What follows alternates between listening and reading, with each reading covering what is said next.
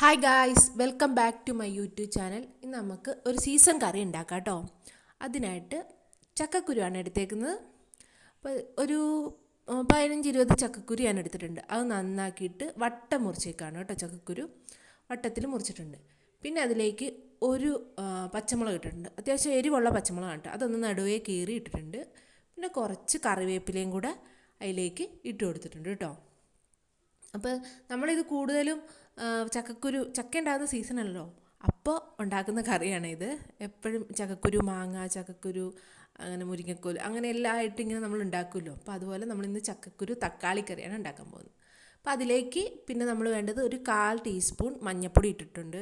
പിന്നെ ഒരു 1/2 ടീസ്പൂൺ നല്ല മുളക് പൊടിയില്ലേ, അതും കുറച്ച് ഉപ്പ് കേട്ടോ. ഇപ്പോൾ കുറേ ഉപ്പ് ചേർക്കേണ്ട, ഒരു കുറച്ച് ഉപ്പും കൂടെ ചേർത്തിട്ട് പിന്നെ നമുക്ക് വേണ്ടത് വെളുത്തുള്ളി വേണം. അതൊരു 2-3 അല്ലി വെളുത്തുള്ളി നെടുകയൊന്ന് കീറി അതും കൂടി ഇട്ടിട്ടുണ്ട്.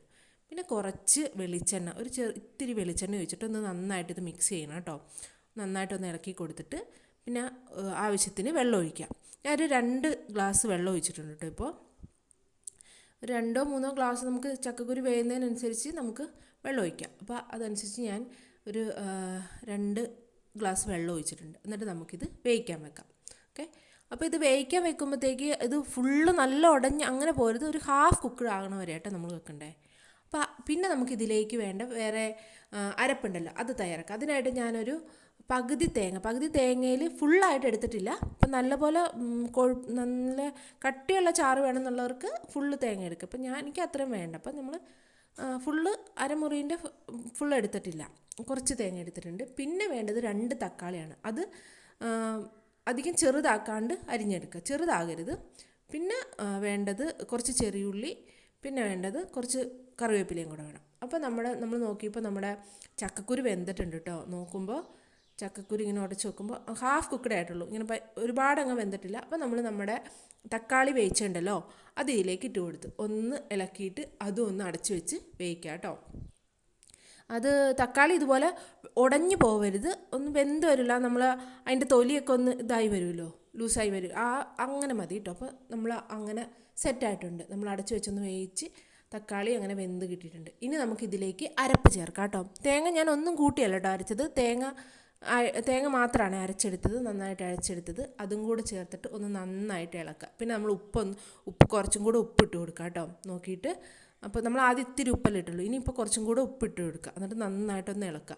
എന്നിട്ടൊന്ന് അടച്ചു വെച്ച് ഒന്ന് ചൂടാവുന്ന പോലെ, തിളയ്ക്കരുത്, ഒരുപാട് തിളയ്ക്കരുത്, ഒന്ന് അനന്ന് വരുന്ന പോലെ ആക്കാം. അപ്പോൾ ഇതൊന്ന് അനന്ന് വരുമ്പോഴത്തേക്ക് നമുക്ക് തീ ഓഫ് ചെയ്യാം കേട്ടോ. തീ ഓഫ് ചെയ്തിട്ട് ഇനി നമുക്കിതിലേക്ക് കടുക് വറുത്തെടുക്കണം. അതിന് വേണ്ടിയിട്ട് ഞാനൊരു പാത്രത്തിൽ കുറച്ച് എണ്ണ ഒഴിച്ച് വെച്ചിട്ടുണ്ട്.